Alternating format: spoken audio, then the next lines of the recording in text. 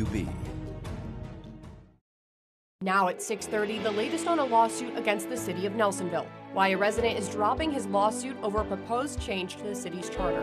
Plus, parts of Southern California devastated by wildfires are being evacuated again as strong storms bring rain and flooding. A lot of the houses, without the vegetation around them that burned off, could slide down the hill very easily. What officials are saying about this new danger to residents.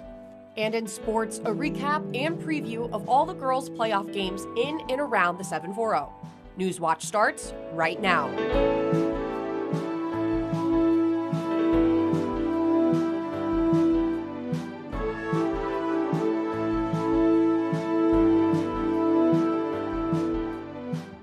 Good evening, I'm Haley Hollinger. And I'm Jack Green. Welcome to Newswatch. You know, it was another cold day, Haley, and we saw some snow coming down a little bit. We did. So Calvin, what's going on? Yeah, so we have seen a little bit of a cooler and snowier day here in Athens. Just some flurries that have really passed by our area but have really dissipated as the day has continued. Something to be a little bit more concerned about, though, is this flash flood watch that is an advisory over our area into West Virginia. And pretty much what this is saying is if there's excessive rainfall happening, a flood is very potential. 32 degrees is current conditions right now outside with a light snow, but that humidity is at 76, so it is a lot more moisture in the atmosphere. As we head into tonight, we're going to get a little bit nice of a clearing of the clouds with partly cloudy skies, 15 being our low. And as we head into Valentine's Day, mostly sunny skies, 37 being your high, and a low of 28. So if you are going to be heading out, make sure you bundle up. As we head into the 3-day outlook, our weekend is going to have a little bit more of rain. Stay tuned to see my full weather forecast. Awesome. Thank you, Calvin. A Nelsonville resident is dismissing their lawsuit against the city over a proposed change to the city's charter. The lawsuit brought forth by former council member Greg Smith claims the ordinance is improper because it tries to accomplish two things: violating the single subject rule. Smith told WOUB he and his lawyer are dismissing the lawsuit to file in a different way, which could be after the vote in the May primary. Smith made it clear he still opposes the ordinance, but says it may be more cost efficient to wait for the primary results. Currently, only 2 people are running for council and 1 for mayor in the Nelsonville primary. Issue 23 is what makes running for these positions possible. The deadline to file as a nonpartisan candidate for any position is May 5th by 4 p.m. The deadline to file as a partisan candidate was February 5th. It is still not clear if Issue 23 or Council's new ordinance to reform the charter will take precedence if the new ordinance passes. State health officials say a farm worker in Mercer County tested positive for bird flu. This is the first human case of the virus in Ohio. Officials say the man contracted bird flu when he came in contact with dead commercial poultry infected with the virus. Mercer County is one of 2 counties seeing an uptick in poultry cases. And nationally, there have been 68 human cases reported in 11 states. Health officials recommend avoiding unprotected exposure to sick or dead birds. If you do come in contact with a sick or dead bird, officials say wash your hands thoroughly. While cases are on the rise in Ohio, a new study says bird flu is spreading more widely than previously captured in testing. Testing found some vets were exposed to bird flu even though they did not treat animals known to be infected. Details of the study say transmission between cats infected with bird flu and people in the same household. Another study is waiting to be released. These studies were delayed after the Trump administration issued a pause on outside communications from federal health agencies last month.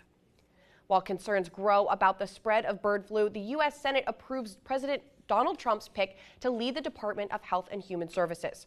Robert F. Kennedy Jr. was sworn in as Secretary of HHS earlier this afternoon. Kennedy faced intense scrutiny during his confirmation hearings over his controversial views on vaccines and public health policy. Despite reservations on both sides of the aisle, Senate confirmed Kennedy largely along party lines. Lawmakers say they will be closely watching what Kennedy does in the position. I think we're greatly disappointed in any Republican who chooses willfully to vote against the president's exceptionally qualified cabinet nominees and picks to lead his America First administration. Senator Mitch McConnell of Kentucky was the only Republican who voted against Kennedy's confirmation. McConnell says in a statement he would not condone the ideas on vaccines, and neither will millions of Americans who credit their survival and quality of life to scientific miracles. McConnell has voted against more of Trump's cabinet nominees than any other Republican. Also opposing Defense Secretary Pete Hegseth and Director of National Intelligence Tulsi Gabbard. The new secretary will have a lot to tackle as the country experiences the most intense flu season officials have seen in 15 years. Nationwide, around 13,000 people have died, at least 57 of which have been children. Ohio is one of the states seeing some of the highest spread of the virus. So far, 4,500 people have been hospitalized for their symptoms. Mandy Gaither brings us the latest on new information about the flu season and the symptoms you need to be aware of. This flu season continues to worsen. Cases, hospitalizations, and deaths are all trending up, according to CDC data. This is the most severe season that we've seen in terms of numbers of cases in about 15 years. Dr. Daniel Kariskis with Brigham and Women's Hospital says symptoms of flu can include high fever, muscle aches, body pain, and headache. But he says if red flags are present, like a persistently high fever, shortness of breath, or difficulty breathing, it's time to get emergency help, as it may mean pneumonia is developing. We don't think that the cases themselves are more severe or that this strain is causing worse flu than in a typical season. It's just so much more frequent. Kariskis says those at highest risk of getting severely sick are seniors and those with some pre-existing medical conditions like heart disease and lung disease. While flu cases typically peak in February, he says it's still not too late to get protection through vaccination. Even if you've had flu earlier in the season, you should still get vaccinated because there are two different types of flu that can circulate, and having one type doesn't protect you against the other. So get vaccinated if you haven't been. For Health Minute, I'm Mandy Gaither. Moving to the economy, jobless claims have dropped last week in the U.S. The Department of Labor data says roughly 213,000 initial claims were filed, indicating stability in the labor market. That's down 7,000 from a week earlier. Claims filed who have received 1 week or more of benefits dropped to 1.85 million. That was a decline of 36,000 claims. Ohio was seen a decline as well. This week, the state saw just over 1,100 fewer initial claims and 1,400 fewer continued claims. A federal judge gave the green light yesterday for their deferred resignation program to move forward for tens of thousands of federal workers. But now an additional wave of mass terminations is catching a number of federal workers by surprise. Laura Aguirre reports. What we have here is a chaotic environment. It's just complete chaos and, frankly, a whole bunch of cruelty. That's how many who work with or inside the Department of Education are describing a wave of mass firings underway. Just a phone call, they can't get into their computers, they haven't received any documentation. DOE attorney Sharia Smith says several staffers were notified this way or woke up to this email obtained by CNN telling employees that they were being let go over poor performance. Workers at the Small Business Administration also received similar emails, the total number at both agencies unknown. Elon Musk spoke at a Global Leader Summit about potentially much larger scale firings to come. We do need to delete entire agencies as opposed to leave part of them behind. On Capitol Hill today, Education Secretary nominee Linda McMahon faced DOE closure questions. Do you agree that since the department was created by Congress, it would need an act of Congress to actually close the Department of Education? And certainly President Trump understands that we'll be working with Congress, but certainly does require congressional action. There's a lot of things that we can do together. Don't pull the rug out from under kids. We are receiving messages from universities whose fundings have been cut. What we have is, again, chaos, and it is going to be the American people that bear the brunt of this. I'm Laura Aguirre reporting. President Trump signed several new tariffs that he says could affect almost every country. Trump wants the U.S. to effectively match the tariffs other nations impose on the U.S. This comes after yesterday's CPI report, which shows that inflation rose 3% this year over year last month. Many economists worry potential trade wars could amplify inflation even more. But Trump disagrees with that viewpoint, and his administration adds that he has a broader plan to curb inflation. He also argues the Fed shouldn't cut interest rates, but many analysts don't believe that will happen when the board meets in March. Igloo is recalling more than 1 million coolers because of risk of finger injuries. The company has received a dozen reports of injuries, including fingertip amputations, bone fractures, and lacerations. The recall includes 90 quart flip and toe rolling coolers priced between $80 and $140. The coolers were sold from 2019 through last month. They were sold at Costco, Target, Academy Sports, Dick's Sporting Goods, Amazon, and Igloo's website. You can look up the models being recalled on the Customer Product Safety Commission's website. Next in sports, I'm live from Alexander High School, where the Spartans are set to take on the Southeastern Panthers in the opening round of tournament play. Find out more about all of tonight's matchups, plus a look back at last night's games, coming up next. It's been a rainy past couple of days. Will those conditions continue? Stay tuned to see my full weather forecast.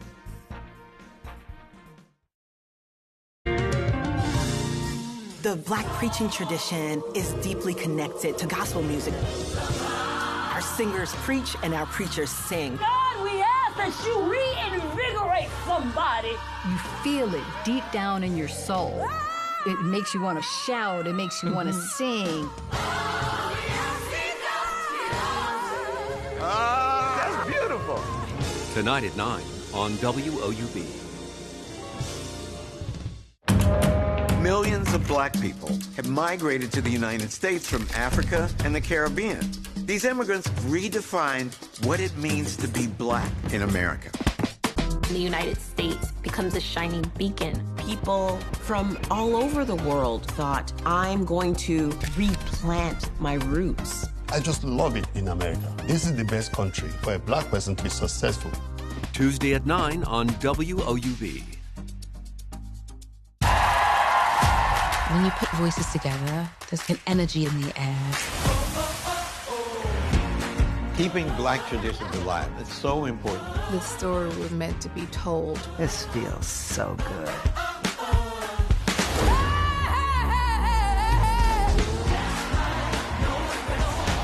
Black people can also have those stories too.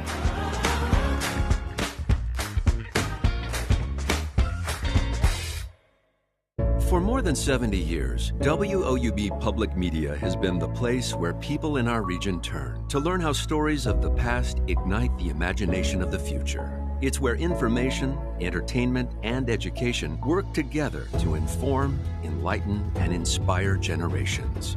It's the place where the community gathers to hear and see our world in new and innovative ways. WOUB, the public media you trust that's worthy of your support.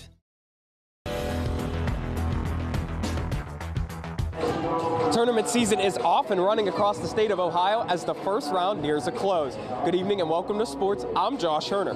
4 schools were in action across the TVC last night as each team was playing to keep their season alive. Starting off in Portsmouth West, where the Senators defeated the Eastern Eagles 61-24. Braley Pistol led both teams in scoring, dropping 21 points for the Senators. With the win, Portsmouth West moves on to take on the Eastern Warriors in the next round of the tournament. Moving over to Gloucester, where the Tomcats defeated the Sciotaville East Tartans 49-13. Mackenzie Ing led the way with 21 points and 6 steals for the Tomcats. Trimble now moves on to take on Portsmouth Notre Dame, whom they defeated earlier in the year. Head coach Joe Richards understands that the rematch may be even tougher this time around. We'll start talking about that tomorrow, but I think the confidence of us beating them down there at their place, they had a pretty good home winning streak going. So to go down there in December and beat them, I think we're going to use that as a big confidence boost. On the other end of that, I know they've probably been chomping at the bit to possibly play us again in the postseason.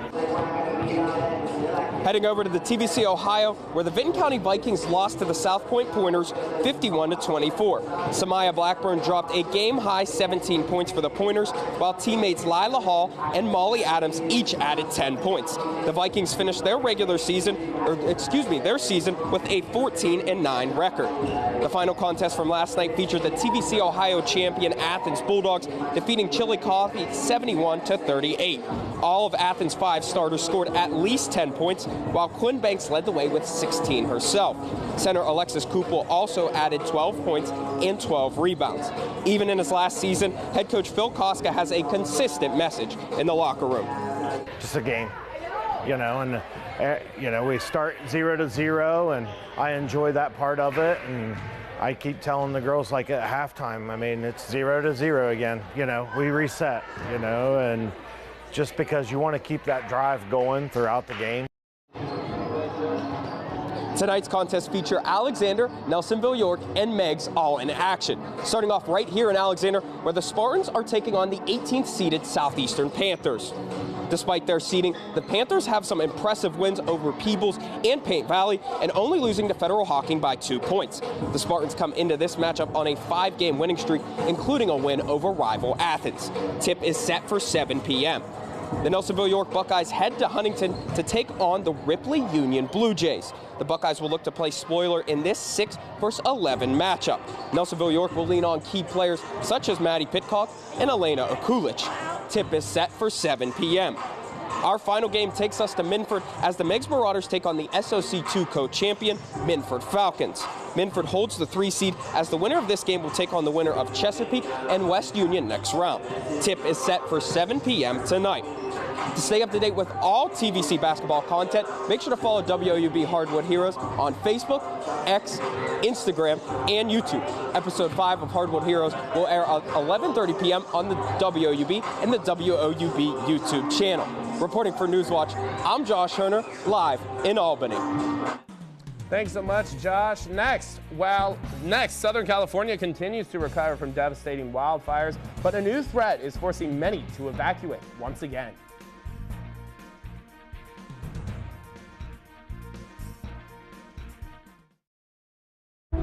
I was born for duty, not happiness. You are the mother of France. You're stronger than you know. The economy is hanging by a thread. Let me help you. You have no understanding of politics. You have done enough to the crown. Reputation is everything. Destroy us. There's danger everywhere. No one can be trusted. I will get us out of this mess.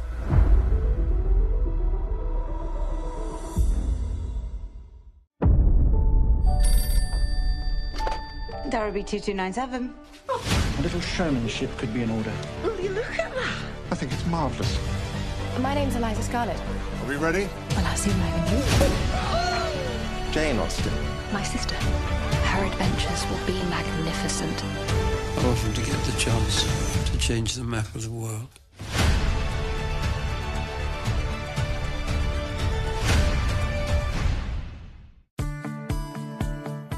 Did you know that you can donate property to WOUB Public Media? I'm WOUB Community Engagement and Membership Manager, Sherry Russo.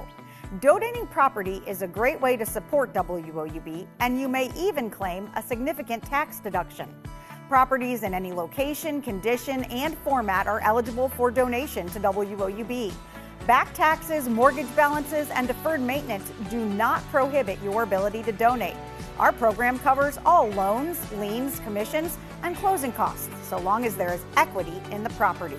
If you have a land, residential, or commercial real estate asset that's unused or costing you money, consider giving back to the station you love by donating it to WOUB. And the process is easy. Go to WOUB.org and click the Support tab to learn about property donations, along with many other ways to support WOUB.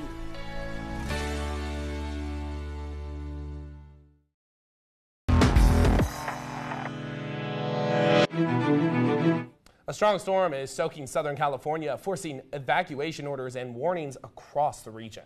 As Maribel Gonzalez reports, a lot of areas are still dealing with disaster from historic wildfires this year, hoping that preparations like sandbags will be enough to stop this disaster from striking again. For the second time this year, some in Southern California are evacuating. A lot of the houses, without the vegetation around them that have burned off, could slide down the hill very easily. This time due to a powerful atmospheric river-fueled storm with heavy rain and the risk of debris flow over recently scorched earth. In the Palisades, of course, there are many types of homes that are on severe slopes, and that could be a big problem for them. The devastation from January's wildfires is severe, with entire neighborhoods reduced to ash. Every time I come here, it's very difficult to deal with the fact all the house is gone, the neighbor's gone. Officials working to shore up places at risk, placing sandbags and installing barriers. These are called sock wattles. They're best management practices for stormwater management, and they keep any fire ash and debris that gets into rain on our property and not onto the roads and into the storm drains. But LA leaders warn that issues could be widespread. From mud flows in our hills to our flooded streets, downed trees, and fallen power lines. And the longevity of the rainfall is increasing the concern.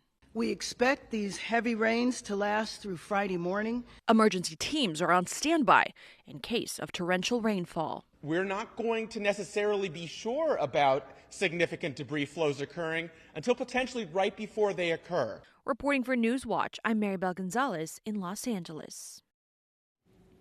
Joining us again is forecaster Calvin Stebbins. Now, Calvin, what's going on with our weather? I know that we've been seeing some rain, so what's kind of going on back here at home? Currently here in Athens, it is 32 degrees with some light snow. We are seeing a little bit of a colder day, and that is due to this cold front that really pushed through over the past few days. Now, if we take a little bit more at the United States, we can really see California has 4 low pressure systems, and they're kind of just sitting stationary over that area. And if we get towards the plains, we can see that high pressure system. And then if we look towards the East Coast, we can see 2 low pressure systems, and those were the low pressure systems that gave us those rainstorms and those snow showers over the past few days. If we take a look at our radar, we can see these snow flurries and a little bit of rain start to dissipate, and that's really due to this high pressure system that is coming in from the Central Plains. Southern Ohio into the Ohio River Valley and West Virginia are all under a flash flood watch, and that is due to excessive rainfall that will be occurring in the upcoming days, so it has the potential for flood to occur. Tonight in Athens, it will be 15 degrees with partly cloudy skies as those clouds are going to start moving out due to this high pressure coming in. Mostly sunny skies tomorrow with a high of 37 with a low of 28. So if you have any plans with your significant others on Valentine's Day, make sure to bundle up because it will be a little bit of a cooler night. If we take a little closer look into tomorrow, we can see this high pressure system really start to settle into our area, which will bring clearer skies and a little bit of warmer weather. If we look into tomorrow night, we can see this high pressure system really start to move eastward and another low start to get dragged into our area with a little bit of a warm sector. Heading into Saturday, a little bit of a wintry mix for the morning, but as the day continues, we'll see that low pressure still creep into our area, and we'll get a little bit of a moderate rainstorm possible. Looking into our 7-day, Saturday, 100% chance of rain, 46 will be your high with a low of 39, and on Sunday, much of the same, 90% chance of rain with a high of 44 and a low of 17. Going into Monday, we'll see a little bit of break from rain with a high of 28 and a low of 12 with partly sunny skies, and much of the same on Tuesday with a high of 28 and a low of 14. Heading into Wednesday, 30% chance of snow showers with a high of 30 and a low of 14. I'll send it back to Jack and Haley at the desk. Thanks, Calvin. Mexico's president says her country may sue Google after it changed its maps to say the Gulf of America. The tech giant made the adjustment following an executive order from President Donald Trump. Mexico says it has sovereignty over its territorial waters and expects Google to commit to internationally recognized geographical names. Google has said previously that it applies name changes when they've been updated in official government sources. People who use Google Maps in the U.S. will see the Gulf of America, while people in Mexico and in other parts of the country will see the Gulf of Mexico. Still ahead, this year, the price of love is going up. But how much will Valentine's Day hit your wallet?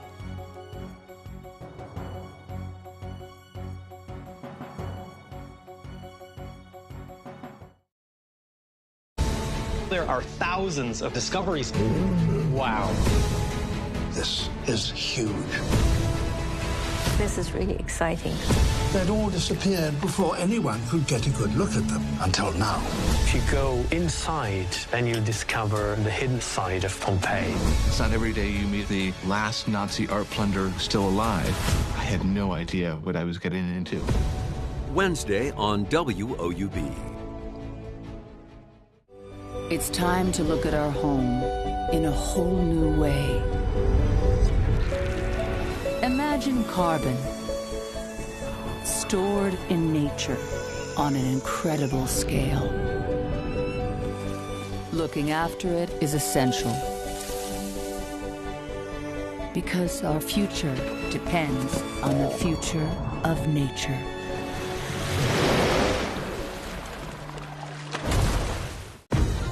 To what do I owe this pleasure? It's showtime! It's what I love doing. Your love for your little boy shines out. This story is mine, and no one is going to tell it but me. We need an undercover operation. Starting to enjoy myself.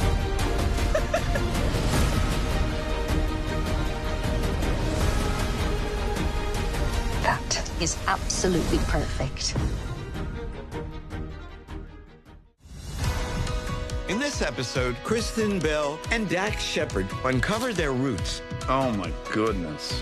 Whoa! Policemen stopped Honcho and another man. The trooper found burglary tools. Oh, here we go.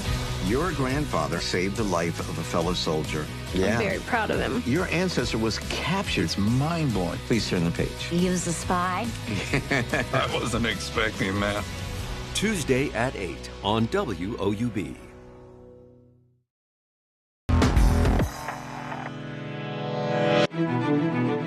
If finding the right person to share Valentine's Day with wasn't tough enough, well, then I have some bad news for you. This year, according to LendingTree reports, Americans in relationships plan to spend an average of nearly $200 on the big day, though it may not go as far. And while price increases varied, some sweet treats jumped by 35%. LendingTree credit analyst Matt Scholes says it's important to shop around, but there's a silver lining. The price of producing chocolate has gone up more than the price that consumers have been paying for chocolate. So there's a little bit of a good news thing there for consumers that it's not necessarily as bad as it could have been. And Haley, you won't want to hear about this. If you want to get a little glitz this year, get ready to pay even more. And remember, while inflation may make gift giving more expensive, love, as the saying goes, doesn't cost a thing. Except it does. Astronomers have discovered a celestial object in a distant universe that is the largest of its kind. They're called radio jets. The jets are produced by, I can't say that expels jets of energetic matter. The radio jets have been hard to find until now. They were released not long after the Big Bang. And this radio jet is at least 12 billion years old and twice the width of our Milky Way galaxy. Yeah, I mean, space stories, sometimes you just can't say the words. So that's just me. But, you know, Calvin, I saw a little bit of rain on there, and then I also saw some 20-degree weather. What's going on? What can we see the rest of this week? So we're just experiencing some cold fronts going through. Like tonight is going to be a low of 15 degrees with partly cloudy skies. We have another high pressure system moving into tomorrow, and with a high of 37 and a low of 28. But then we got another low pressure system coming in with 100% chance of rain with a high of 46 and a low of 39. And that's going to continue into Sunday with a high of 44, a low of 17. And the rest of the week will just start to plummet in temperatures. Thanks so much, Calvin. I'm not really looking forward to those cold temperatures, and I'm sure you guys aren't either, but thanks so much for watching. No, not at all. Tell me that it's going to get warm again. Please. Stay tuned for the PBS NewsHour coming up next. And remember, you can find the latest news anytime at WOUB.org. Have a great night.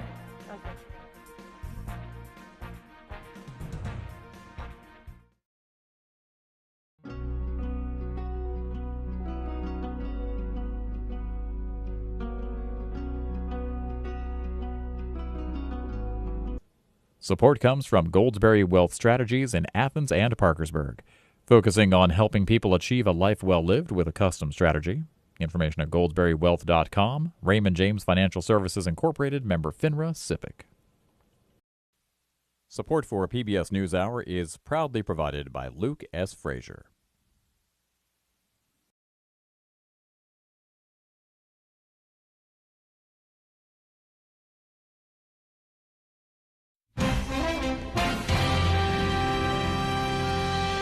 Good evening. I'm Jeff Bennett. And I'm Amna Nawaz. On the NewsHour tonight, European allies criticize the U.S. for moving ahead on Ukraine peace talks while seeming to sideline Ukraine. President Trump announces new reciprocal tariffs, a move that could escalate trade wars and raise inflation. And what Trump voters think about his first weeks in office, marked by immigration crackdowns, controversial cabinet picks, and a gutting of the federal workforce. So far, they're saying, okay, he gets a honeymoon period. I'm waiting to see what he does. And so far, I like what I'm seeing because what I'm seeing is movement.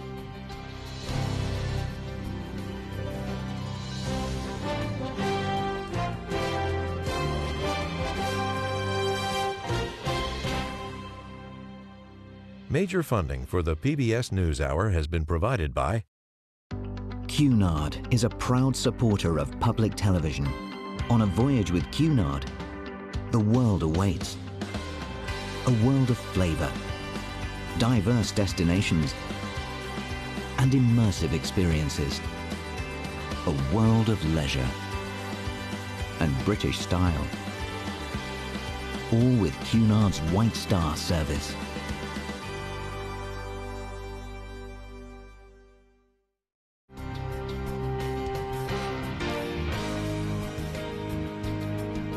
Carnegie Corporation of New York, working to reduce political polarization through philanthropic support for education, democracy, and peace.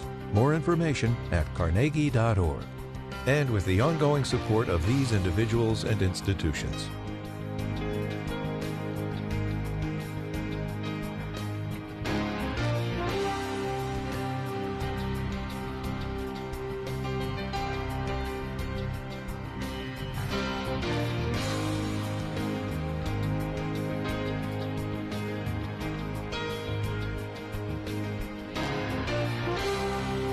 This program was made possible by the Corporation for Public Broadcasting and by contributions to your PBS station from viewers like you.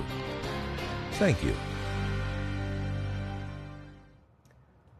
Welcome to the NewsHour. Today, European leaders pushed back against what they describe as concessions and shifts by the Trump administration on Ukraine. Yesterday, President Trump started ceasefire negotiations while his defense secretary doubted Ukraine's future in NATO. Today, Ukrainian and European officials demanded continued support for Ukraine and a seat at the negotiating table. Nick Schifrin is in Munich for us tonight. At NATO headquarters today, the traditional class photo was all smiles, but behind the show of unity, tension over Ukraine. From Britain, there can be no negotiation about Ukraine without Ukraine, and Ukraine's voice must be at the heart of any talks. Lithuania.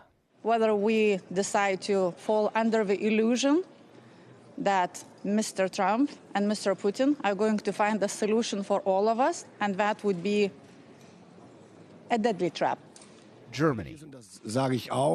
It is regrettable, and I say this myself, but it is part of the truth. The Trump administration has already made public concessions to Putin before negotiations have even begun. The U.S.'s NATO allies demanded that NATO fulfill its 2024 promise that Ukraine's future membership is, quote, irreversible, and Ukraine and Europe be part of any negotiation. Kaja Kallas is the European Union's top diplomat. It is clear that any deal behind our backs will not work. Any agreement will need also Ukraine and Europe being part of it. And this is clear that appeasement also always fails.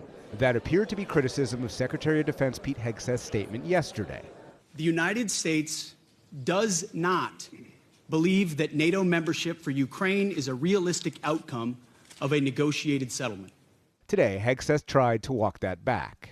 I want to be clear about something as it pertains to NATO membership not being realistic outcome for negotiations. I'm not going to stand at this podium and declare what President Trump will do or won't do, what will be in or what will be out, what concessions will be made or what concessions are not made. I thought his comments were good yesterday, and they're probably good today. In Washington, President Trump suggested Russia can veto Ukraine's entry into NATO. I don't see any way that a country in Russia's position could allow them, just in their position, could allow them to join NATO. I don't see that happening. When Putin says that he really wants peace, do you believe him? Yeah, I do. I believe he wants peace. Do you trust President Putin? I believe that he would like to see something happen. I trust him on this subject. In Ukraine, during a visit to a nuclear power plant, Ukrainian President Volodymyr Zelensky said the U.S. is shutting the door to NATO would be, quote, difficult. It's important that everything does not go according to Putin's plan, in which he wants to do everything to make his negotiations bilateral between him and the United States of America. We as a sovereign country simply will not be able to accept any agreements without us. If Ukraine sounded worried, the Kremlin sounded encouraged. Spokesman Dmitry Peskov. The current administration, as far as we understand, holds the view that everything must be done to stop the war and for peace to prevail. We are much more impressed by the position of the current administration, and we are open to dialogue. Back in Brussels, the U.S. is committed to building a stronger, more lethal NATO. In his press conference and his first meetings with his NATO counterparts, Hegseth tried to reassure that the Trump administration had their backs. But he also reiterated the U.S. would push NATO members to spend 5% of their GDP on defense. Make no mistake, President Trump will not allow anyone to turn Uncle Sam into Uncle Sucker.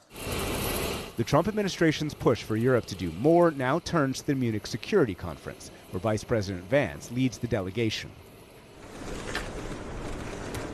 Today, he and his wife Usha visited one site of Europe's darkest moment, the Dachau concentration camp, where the Nazis murdered tens of thousands of Jews. It was liberated by U.S. soldiers 80 years ago this April. Being here and seeing it up close in person really drives home what unspeakable evil was committed and why we should be committed to ensuring that it never happens again. Tomorrow will be a vital day for the Trump administration's relationship with Europe and Ukraine. Ursula von der Leyen, the European Commission president, speaks first, and then Vice President J.D. Vance. After that, Vance will meet Ukrainian President Zelensky in a meeting that Ukrainian officials are already saying today will describe, or will actually find out, the country's fate. And Nick, what are officials telling you about how they're feeling ahead of what could be a pivotal day there? Jeff, they describe themselves as both anxious and a little bit confused. Senior European officials describe themselves as anxious to me because of what they heard from Pete Hegseth at NATO headquarters this week, even if he walked back some of his comments yesterday, and what they've heard from President Trump all week about NATO, Russia, and how he feels about Ukraine. But they are also a little bit confused because they tell me that they've had different messages from different people. Senior European officials met with J.D. Vance in Paris earlier this week and left that meeting very reassured about how Vance felt about NATO and Ukraine.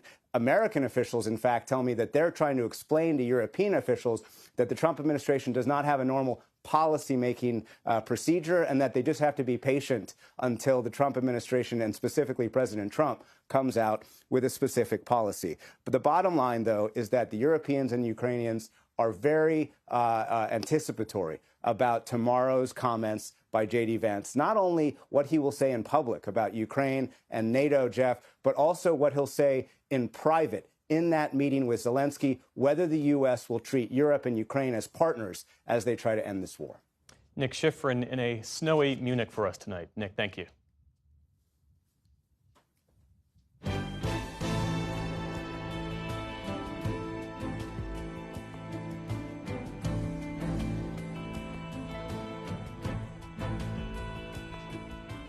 We start the day's other headlines in Washington, D.C., where President Donald Trump hosted India's Prime Minister Narendra Modi at the White House.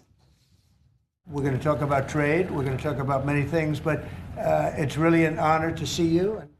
They appeared in the Oval Office together this afternoon, just hours after Trump signed a plan to impose so-called reciprocal tariffs on many of America's trading partners. That would include India, which Modi is hoping to avoid. Earlier, Modi met with Elon Musk, one of Trump's closest allies and the world's richest man.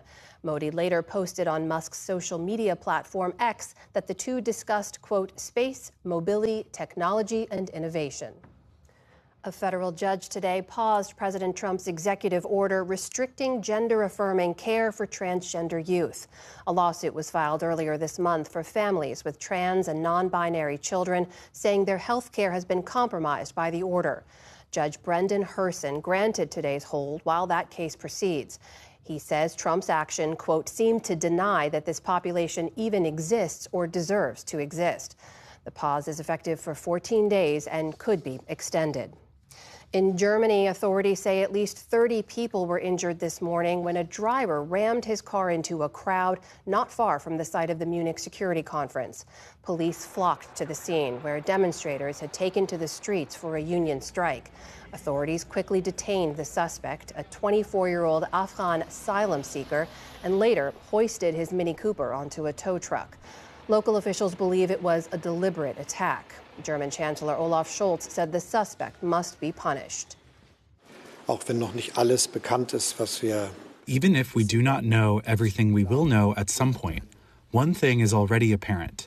An Afghan perpetrator has seriously injured people here, and that is something we can neither tolerate nor accept.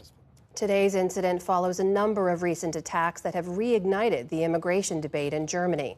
Last month, an Afghan suspect was arrested after a knife attack left 2 people dead. In December, a Saudi doctor plowed his car into a massive Christmas market, killing 6 and injuring hundreds.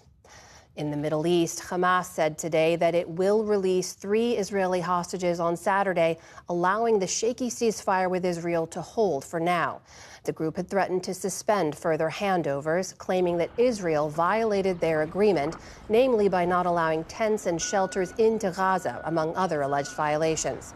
Hamas announced today that mediators are helping to resolve the dispute. An Israeli government spokesperson said troops are in position to resume fighting in case Hamas does not follow through on Saturday's release. We have already amassed forces inside and surrounding Gaza. So, if those 3 are not released, if Hamas does not return our hostages by Saturday noon, the ceasefire will end and the IDF will resume intense fighting until the final defeat of Hamas. The names of the 3 people expected to be handed over have not yet been announced. There are still 17 hostages set to be released during this phase of the ceasefire. Of those, Israel says 8 are dead. Here at home, there's been dramatic pushback to the Justice Department's call to drop charges against New York City Mayor Eric Adams. The top federal prosecutor in Manhattan, Danielle Sassoon, resigned her position today rather than obey the order. The longtime Republican was not the one who brought the case against Adams, but had been filling in on an interim basis. While in Washington, D.C., 2 federal prosecutors reportedly quit rather than carry out orders to drop the case. Adams has been accused of accepting illegal campaign contributions and bribes in exchange for political influence. He denies any wrongdoing. Minnesota Senator Tina Smith announced today that this term will be her last. I have decided not to run for re-election to the United States Senate in 2026. Smith said on social media her decision was not political but entirely personal. Her open seat deals a blow to her fellow Democrats who already faced an uphill battle to retake the majority in 2026. Potential Democratic candidates were quick to emerge. Minnesota's Lieutenant Governor Peggy Flanagan said she plans to run. Representative Ilhan Omar is considering it, according to her chief of staff. And Governor Tim Walz, the running mate of former Vice President Kamala Harris, is reportedly also violently spread from animals to some veterinarians. The Centers for Disease Control tested 150 dairy veterinarians across 46 states for antibodies to the virus. 3 of them were positive. None of the vets reported working with infected cows or having symptoms. The results echo 2 smaller studies that found evidence of past infections in farm workers that went undiagnosed. Researchers say this suggests that the U.S. is significantly undercounting bird flu infections nationwide. In California, a powerful storm known as an atmospheric river is hammering the state with torrential rains and wind. We won't be here, but we're hoping that everything will stay off our driveway and just flow down. In Southern California, officials have advised residents of 4 counties to evacuate. They say heavy rains could trigger mudslides in areas that were ravaged by recent wildfires. Forecasters expect as much as 6 inches of rain in higher elevations. That same storm has already piled 2 feet of snow in parts of the Sierra Nevada region and caused whiteout conditions in Oregon. Law enforcement there say more than 100 vehicles were involved in a pileup which closed part of Interstate 84. Meantime, in the eastern U.S., road cleanup continues following 2 days of heavy snow and freezing rain. Over 150,000 people are still without power in Virginia and North Carolina. On Wall Street today, stocks rallied on relief that President Trump's latest tariff plans are not as dramatic as some had feared. The Dow Jones Industrial Average gained more than 340 points on the day. The Nasdaq surged nearly 300 points, or 1.5%. The S&P 500 also ended firmly in positive territory. Still to come on the News Hour, lawmakers question President Trump's nominee for Education Secretary. A Nobel Prize-winning economist on the potential financial risks ahead as the U.S. shifts course. And a look at efforts to eliminate the historical practice of genital mutilation in African communities. This is the PBS NewsHour from the David M. Rubenstein Studio at WETA in Washington, and in the West from the Walter Cronkite School of Journalism at Arizona State University. This was a big day for President Trump's team and some of his most controversial cabinet picks. Robert F. Kennedy Jr., a noted vaccine skeptic and critic of the pharmaceutical and food industries, was sworn in as Secretary of Health and Human Services. He now has oversight over the FDA, the CDC, Medicare, and Medicaid. He was confirmed in a tight vote with no Democratic support and a no vote from the former Senate Majority Leader, Republican Mitch McConnell. The Senate confirmed Brooke Rollins overwhelmingly with a bipartisan vote to become the new Secretary of Agriculture. As the top official on food supply, she's expected to deal with the impact of tariffs and a crackdown on immigration that could affect farmers. One of the president's most controversial nominations, Kash Patel, to be the next FBI director, also took a big step forward after the Senate Judiciary Committee voted along party lines to advance his nomination. And Linda McMahon was pressed about President Trump's plans for the Department of Education during her confirmation hearing today. Lisa Desjardins has our report. Ms. McMahon, I appreciate you coming before. For Linda McMahon, a Capitol Hill interview for a job the president suggested she should work herself out of. The legacy of our nation's leadership in education is one that every person in this room embraces with pride. Unfortunately, many Americans today are experiencing a system in decline. Democrats presented a united front against the nominee for Secretary of Education. Will you oppose any cuts to public education? Yes or no? Well, the president is not saying that we should cut funding to public education. Yes, he is. He is simply saying, well, I would disagree with you there. Elon Musk yesterday announced he would immediately cut $900 million from the Department of Education. McMahon said she has not talked with Musk about the agency at all. Look, the Department of Education's a big con job. But in her hearing, McMahon walked a finer line. It is not the president's goal to defund the programs. It is only to have it operate more efficiently. Aiming to reassure senators. If there is a movement to abolish the Department of Education, it has to go through the United States Congress. Yes, it is set up by the United States Congress, and we work with Congress.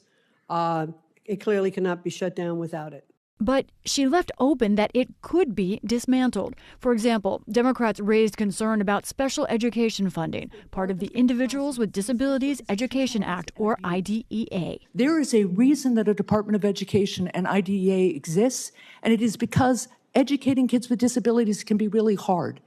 And it takes the national commitment to get it done. McMahon said she could not cut that, but she could move it. I think it could very well go back to HHS, where it started. All right, so I just want to be clear, you're going to put special education in the hands of Robert F. Kennedy Jr. This was a fundamental debate on education and government. Is it the responsibility of the federal government to say that every kid in America, whether you're poor, middle class, rich, gets a quality education? It is. The department needs to get out of the way of states and local communities who are best positioned to actually address students' needs. Republicans have advocated for school choice, more dollars for private and charter schools, and less federal involvement in education. Department of Education was set up in 1980, and since that time we have spent almost $1 trillion, and we have watched our performance scores continue to go down. U.S. results actually are a mixed bag, but years of increased per-pupil spending have not risen scores in proportion, and there are still pandemic setbacks. A recent national analysis showed that the average student is still half a grade level behind scores before COVID. It is complex, though Republicans see a simple bottom line. We're failing. It is a disaster. If you can't read, you can't learn. McMahon is the latest Trump nominee with an unconventional background. What a pleasant surprise! My wife! The billionaire is best known as the CEO of World Wrestling Entertainment, or WWE. She and her husband have been Trump donors and friends for years.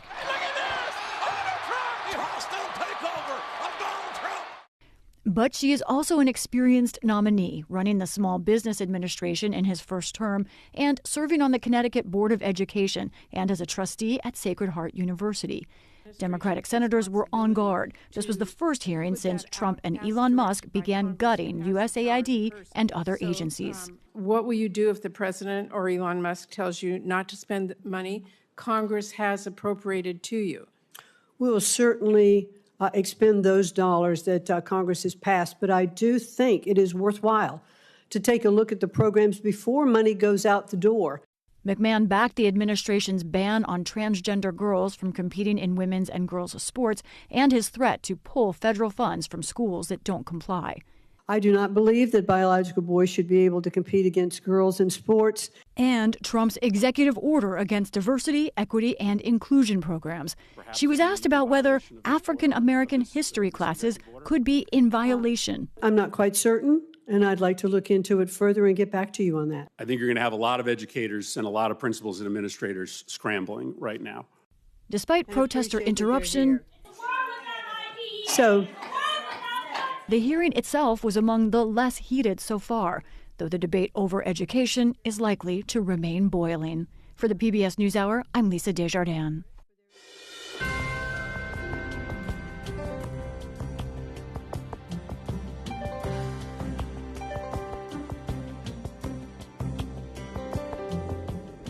President Trump ramped up his trade battles with countries around the world today after he announced a plan for new reciprocal tariffs that could take effect this spring.